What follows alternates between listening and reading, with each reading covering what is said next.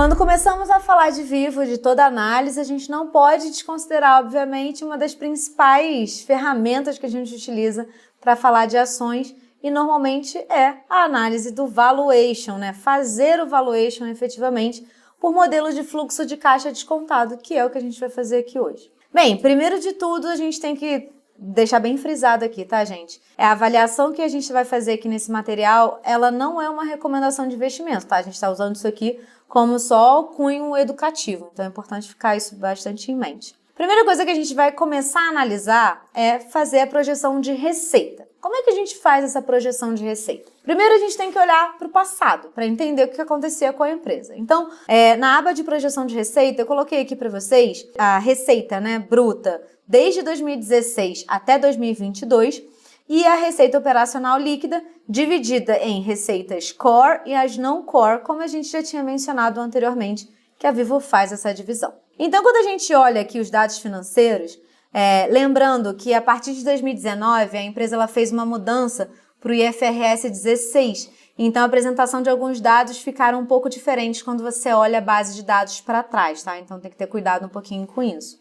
E alguns números que eu deixei em branco aqui é porque não existem dados referentes àquela época, tá bom? Então vamos lá. Quando a gente fala de receita bruta, a gente olha para 2016, a empresa tinha 65 bilhões, 2017 foi para 66, 2018 voltou a ser 65,7, depois voltou para 66,5, voltou para 63,1, 2021 foi para 64,6 e terminou 2022 com 67,7 bilhões de reais de receita bruta. Fazendo as deduções, receita líquida em 2022 foi de 48 bilhões. Quando a gente olha esse histórico desde 2016 até 2022, se a gente fizer uma relação de taxa de crescimento de 2016 para 17, depois para 18, depois para 19, 20, 21, a gente pode ver que em 2017 a receita líquida cresceu 1,6%, em 2018 praticamente não cresceu, né? Cresceu 0,6%, depois em 2019 1,9%, em 2020 caiu 2,6%, 2021 voltou a subir 2,1% e finalmente 2022 deu um salto de um ano para o outro de 9,1%. Quando a gente faz a taxa de crescimento anual composta, que é o CAGR, que a gente utiliza um crescimento do outro para a quantidade de anos que se passou, se a gente pegar a última receita, a gente consegue perceber que o CAGR, a taxa de crescimento anual, desconsiderando as grandes oscilações no meio do caminho, foi de apenas 1,8% de 2016 até 2022. O que a gente chega olhando esse dado? A gente consegue perceber que o setor realmente, como a gente já tinha falado antes, a Anatel, né, tinha dado esse dado pra gente, não cresceu muito durante esses últimos anos, né? 2022 a gente teve essa alta mais significativa, talvez uma recuperação desde a pandemia, também em função da questão da Oi Móvel, mas a gente consegue perceber que não teve grandes crescimentos de receita. Quando a gente olha receita operacional líquida core, a gente vê que teve um crescimento mais significativo, né? Saiu de 25 bilhões e foi para 33 bilhões em 2022. A receita core fixa também saiu de 7,8 em 2019 e foi para 11 bilhões em 2022. Então a gente consegue perceber que está tendo um crescimento em termos de receita core, ou seja, dos ativos que são principais para a companhia. Quando a gente fala de não core, ou seja, aquilo que não é essencial para a empresa, ela saiu de uma receita em 2019, de 7,7 bi e foi para 3,8 bi, ou seja, ela está, parece que descontinuando, né, ou diminuindo os investimentos e a presença nessas receitas de ativos que não são principais. Olhando os dados operacionais, a empresa ela fornece esse tipo de dado para a gente. Quando a gente olha acesso fixo, ou seja, só da parte de linhas fixas, de telefonia fixa, a empresa teve uma queda de acessos físicos que de 2016 estava em 23 milhões de 352 mil e foi para 14,3 milhões, ou seja, uma queda bem significativa ao longo dos anos. Eu até coloquei a taxa de crescimento aqui para vocês. Mas, em compensação, quando a gente olha a banda larga, principalmente a parte de fibra, teve um crescimento significativo aqui de FTTH. Óbvio, a empresa está falando que está fazendo investimentos nesse tipo de tecnologia. A gente pode ver que os acessos saíram de 7,2 milhões e foi para 6,3 milhões em 2022, caindo gradativamente. Apesar da fibra ótica ter aumentado a quantidade de acessos, as outras tecnologias estão caindo vertiginosamente. A TV por assinatura é outro caso que tem caído também vertiginosamente, além da voz fixa, que também tem cada vez perdido mais acesso, mais espaço. Quando a gente vai olhar receita por usuário desses segmentos, a banda larga teve um crescimento de receita bem significativo, né? Saiu de R$ 46,6 por mês para R$ 86,4 por mês por usuário. Uma taxa de crescimento bem significativa. A TV por assinatura também teve um crescimento bem relativamente grande e a receita por voz teve uma queda. Então, o que a gente consegue perceber olhando esses dados aqui na parte de fixo? A gente consegue perceber que, por mais que os acessos fixos tenham caído e a receita também tenha caído, só a banda larga de fibra tem sustentado um mínimo crescimento desse negócio. A parte fixa, realmente, e TV por assinatura, etc., tem tido uma queda mais vertiginosa. Mas a questão da fibra ótica, até para o 5G, tem sido uma das grandes apostas da empresa e a gente consegue perceber como isso tem crescido em termos de acesso e em termos de receita. Agora, olhando a parte de dados operacionais móveis, a gente pode ver que a taxa de crescimento de acessos foi vertiginosa. A empresa saiu de 73 milhões para 97, quase 98 milhões. Lembrando, eu até coloquei um balãozinho aqui para vocês, que a empresa fez a aquisição também dos clientes da Oi Móvel. Então, a gente teve um crescimento de base de clientes muito grande. E a taxa de crescimento foi muito grande, né? Vertiginosa também. E é fácil perceber que a gente teve um crescimento bem alto de clientes pós-pagos. Olha a quantidade de acessos de clientes pós-pagos. Saiu de 33,3 milhões para 58 milhões da base de clientes. E pré-pago teve uma leve diminuição, de 40,3 para 39,3 milhões. A receita por cliente, né, tanto de pós-pago quanto de pré-pago, teve uma queda também mais significativa.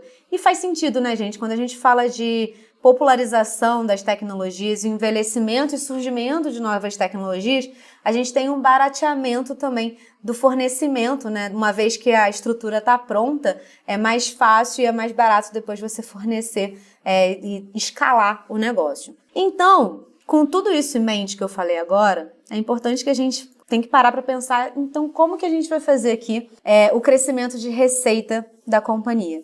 Por mais que ela cresça acessos de fibra ótica, a voz fixa, os acessos fixos têm caído de forma mais significativa.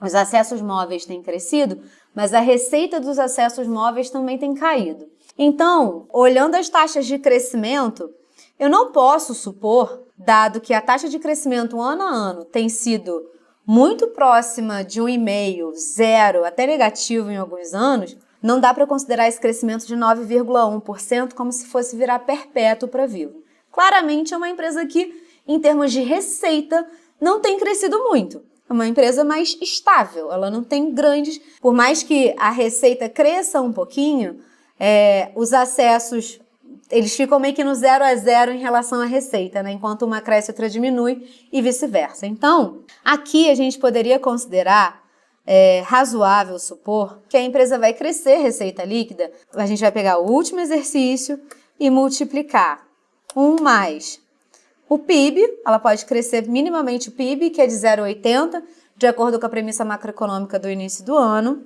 vezes 1 mais o IPCA, pelo menos corrigir, né, a inflação. E a gente tem aqui um crescimento de 51 bilhões para a receita em 2023. Aí depois a gente vai fazer esse mesmo exercício para trás. Então a gente vai pegar o ano de 2023, vai multiplicar 1 mais PIB vezes 1 mais... Opa, abre parênteses. 1 mais inflação. E a gente vai perpetuar isso aqui até... Perpetuar não, né? A gente vai levar isso aqui até 2030. Tudo bem? Agora que a gente conseguiu projetar a receita líquida da empresa crescendo pelo menos inflação e PIB para os próximos anos até 2030, a gente pode começar a deduzir as outras receitas, como a receita bruta e as receitas core e não core. Então, para a gente fazer a projeção da receita bruta, a gente vai pegar a última relação de receita líquida em relação à receita bruta, que foi de 71%. A gente pode perpetuar esse dado para frente de 71%. Então, a gente pode utilizar aqui que a receita operacional líquida da companhia vai ser 71% da receita bruta. Então, aqui a gente vai pegar a receita líquida sobre o percentual de receita líquida sobre bruta. Então, a gente chega aqui a 71,9 bilhões de receita operacional bruta para a companhia. E depois a gente arrasta até 2030. Perfeito. Dedução, né, gente? A gente vai fazer aqui a receita bruta menos a líquida, porque a gente já tem. E a gente já chega aqui enquanto tem de dedução da companhia. Vamos agora para as receitas core e as receitas, né, móvel, fixa e as não core. Como que a gente vai fazer esse dado aqui? Eu coloquei aqui para vocês, inclusive, escrito. Dado que a receita líquida de móvel ganhou mais relevância nos últimos anos, então se a gente for reparar aqui, dentro de todas as receitas core, a receita móvel líquida saiu de 60% das receitas cores e foi para 69%. Então, faz sentido a gente considerar aqui que a receita operacional líquida de móvel, de serviços móveis, vai ser cerca de 70%. Aqui está 69%, a gente pode considerar que a receita operacional líquida móvel vai ser 70% das receitas cores para frente. Outro ponto aqui que a gente pode considerar é o seguinte: a core fixa, a gente pode considerar o seguinte, ela deve ganhar um pouco mais de espaço com o aumento da fibra ótica, mas esse espaço ele acaba sendo compensado pela diminuição da voz fixa, pelas outras tecnologias de TV, pelas outras tecnologias de fibra também. Então aqui a gente pode considerar aqui que ela pode chegar até cerca de 25%. Sai de 23%, vai até uns 25%, que faz sentido. Então aqui a gente coloca 25% e também arrasta para 2030. E finalmente, as receitas não core, basicamente em relação às receitas líquidas totais, elas têm a receita tem caído, né? Saiu de 18%, foi para 14%, 11% e 8%. Então, seria razoável supor que ela ficaria em cerca... Ela está com essa tendência de queda, que ela ficaria em cerca de 5% do total das receitas, essas outras tecnologias, quando a empresa está fazendo essas mudanças, etc. A gente pode considerar aqui que as receitas não core serão cerca de 5% do total das receitas líquidas. Então, agora que a gente já tem que as receitas operacional líquida móvel vai ser cerca de 70% da receita líquida total, que a receita core fixa vai ser 25% do total e as não core 5%, agora ficou fácil fazer essa relação, né? Então, a gente vai pegar aqui 70% vezes a receita operacional líquida, a gente chega em 35 bi, 35,7 bi. Vamos arrastar este número até 2030 e chegamos à projeção de receita operacional líquida móvel da companhia. A mesma coisa para as receitas core fixa. A gente vai pegar os 25%, multiplicar para a receita que a gente já fez a projeção, e a gente vai chegar a 12,7 bilhões em 2023 e 18,3 bilhões em 2030. E as receitas não core serão 5% da receita total líquida. Então, a gente aqui também já chega a um dado de 2,5 bilhões em 2023 e 3,6 bilhões em 2030. Com isso, a gente já tem aqui fechado a nossa projeção para a receita líquida. Lembrando, gente, os dados da Anatel, os dados setoriais mostram que as empresas de telecomunicação no Brasil, elas são extremamente resilientes, elas são muito importantes, mas existe um problema de crescimento. Essas empresas crescem pouco, tá? Elas não têm um crescimento muito expressivo. O que elas acabam conseguindo fazer é expansão de participação de mercado, fornecer maior acesso. Mas fornecer maior acesso, a gente vai implicar no maior CAPEX, que é para onde a gente vai agora. Então, a gente saiu da projeção de receita e vamos para a aba de projeção de CAPEX.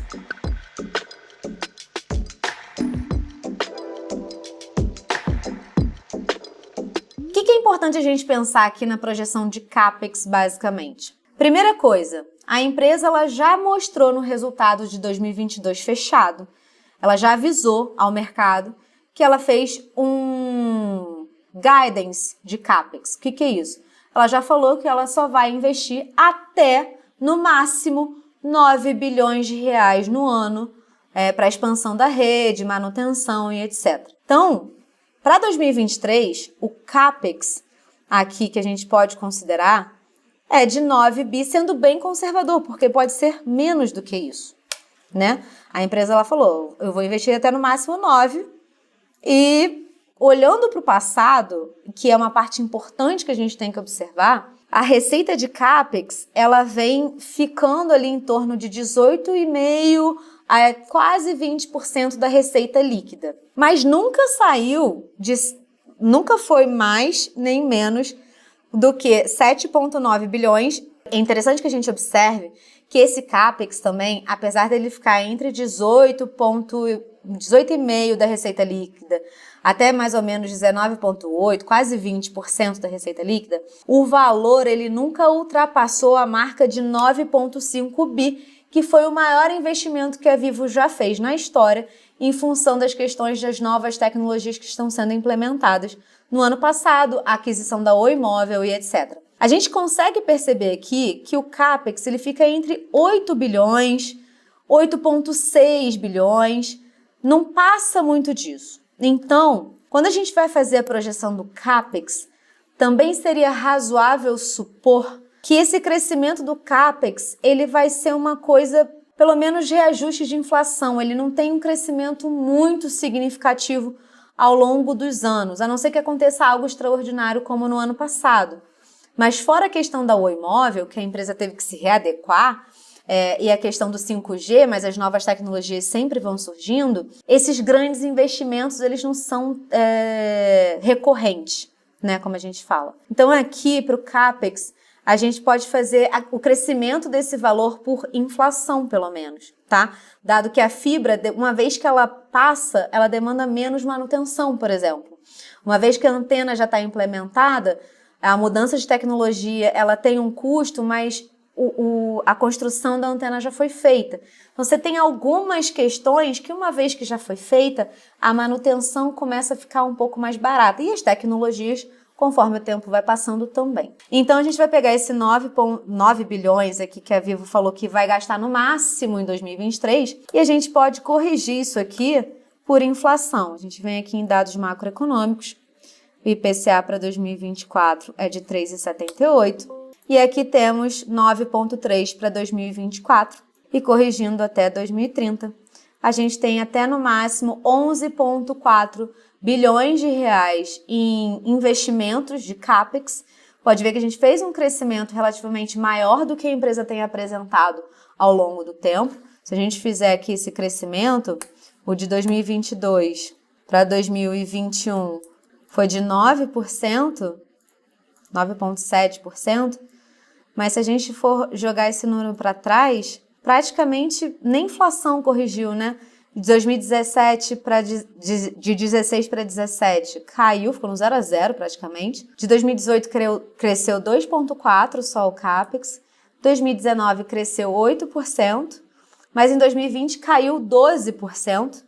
2021 cresceu 11,5% e agora cresceu 9,7%. Então a gente vê que tem uma trajetória mais montanha-russa. Então a gente pode utilizar o crescimento do CAPEX por inflação aqui como uma métrica, uma premissa que a gente vai utilizar para esse dado.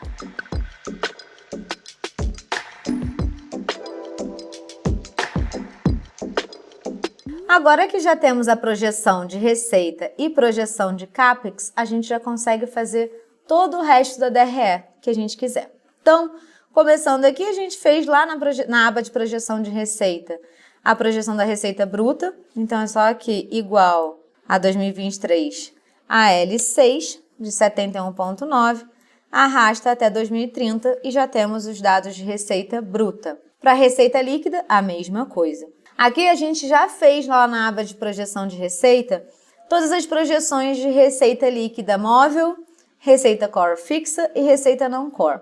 Aqui, inclusive, a gente esqueceu de fazer um somatório, né? Que é a soma do valor de receita líquida móvel, a receita core, né? Mais a receita core fixa. E aqui a gente vai ter os dados arrastados de receita core, receita dos negócios principais da companhia. Dados esses dados macro, né, que a gente já tem de receita, a gente vai chegar na questão dos custos. Como que a gente vai fazer essa questão do custo? Aqui para custos, a gente pode utilizar a seguinte métrica. A gente pode fazer a relação de quanto é, em termos de porcentagem, o peso dos custos operacionais em relação à receita líquida, por exemplo.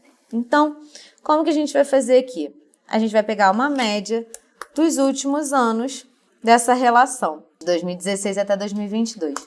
A média de 61%, ou seja, na média, desde 2016, a empresa tem uma carga de custos operacionais que é relativo a 61% da receita líquida da companhia nesses anos. Então, a gente vai pegar esse dado, vai perpetuar aqui, né, até 2030.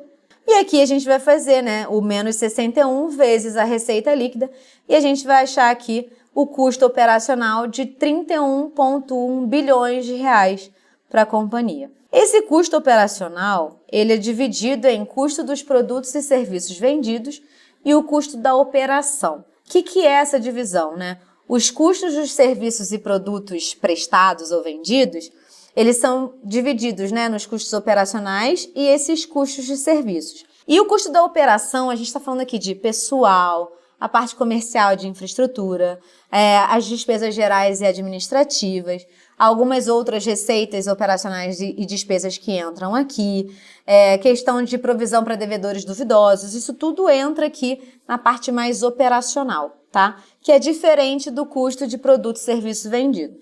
Então, o que a gente pode utilizar aqui? O quanto que significa custo dos serviços e produtos vendidos em relação aos custos operacionais totais. Então, aqui a gente tem esse dado que é em torno de 32% ao último ano, né? O último dado que a gente tem. Então, se a gente pegar a referência como o último ano, o último exercício, a gente pode ver que é bem próximo disso, né? Era 28, foi para 32, já chegou a ser bem maior, né? Os custos de produtos e serviços vendidos, mas nos últimos 2 anos tem estado em 32%.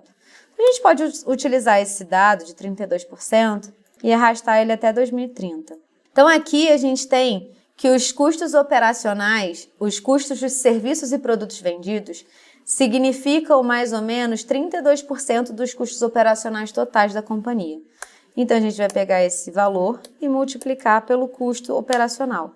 E a gente chega aqui em 2023 em 10 bi de custo de serviço e produto vendido. A gente vai arrastar esse número até 2030 e chegamos em 2030 em 14,4 bilhões de reais. Perfeito! Agora, esse custo dos serviços e produtos vendidos, ele é dividido em 2 também. Então, a gente tem serviço, que é uma coisa, e produto vendido, que é outra coisa. Como a gente pode ver aqui, essa divisão tá algo em torno de 60-40, né? 60 de serviço e 40 de produto vendido. A gente pode supor o número do último ano, não tem problema, que é algo que é aproximado. Então, a gente vai vir aqui, então 58% vai ser o que a gente vai colocar para frente até 2030 e 42% vai ser o que a gente vai colocar de 2023 até 2030, o quanto produtos vendidos significa dos custos de serviços e produtos vendidos. Então, aqui a gente tem 58% vezes os 10 bi, a gente tem 5,8 bi, e para produto vendido a gente tem 42% vezes o custo de produto e serviço vendido. E aqui a gente vai arrastar esses números até 2030 e teremos o custo do produto e serviço vendido dividido por categoria e o total. Agora a gente vai para custo da operação. A mesma coisa eu vou ter que supor aqui. Em relação aos custos operacionais totais, o custo da operação em relação aos últimos 2 anos foi de 68%. Então eu posso supor que isso vai se repetir ao longo dos próximos anos e vou fazer exatamente a mesma coisa. Vou pegar esse dado de 68% e vou multiplicar pelos custos operacionais que eu já fiz o cálculo. Então, eu vou chegar aqui em 21 bi em 2023, arrasto para o lado até 2030 e chego a 30,4 bi de custos da operação. Aqui não se faz necessário fazer essa projeção, abrir linha a linha, tá? De pessoal, comercial, infraestrutura, para o dado que a gente quer aqui de valuation, ele não é tão necessário. Lembrando, gente, é sempre importante falar isso aqui para vocês, o valuation ele pode ser simples e pode ser extremamente rebuscado, a depender do nível de informação que você quer ou que você possui para fazer a avaliação da melhor forma possível, tá? Então, normalmente, as casas de análises, bancos e etc., possuem muitos recursos, acessos, sistemas que muitas vezes a pessoa física não possui, tá? Então, o valuation ele pode ser mais complicado ou mais simples, a depender do nível de informação que você quer ou que você possui acesso, tá bom? Então, fiquem tranquilos em relação a isso. Então, na próxima aula, a gente vai falar um pouquinho sobre o EBITDA, como que a gente vai estimar essa métrica tão importante que o mercado financeiro está tão atento sempre, a margem EBITDA e as outras partes de linhas, né, da nossa DRE. Te vejo na próxima aula.